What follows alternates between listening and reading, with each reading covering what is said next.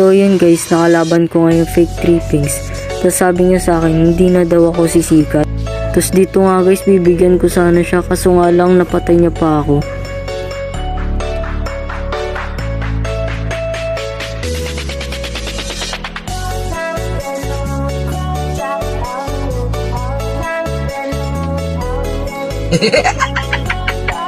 Tapos dito nga guys, bibigyan ko sana siya ulit. Kaso nagkamali lang ako ng paggamit ng flicker at saka ultimate.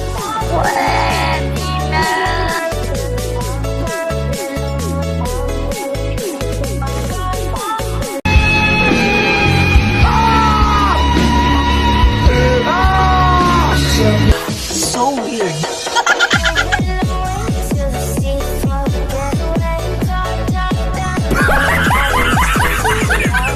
Dito nga guys, ginagalit niya na ako kasi sinasabihan niya ako ng no mercy idol.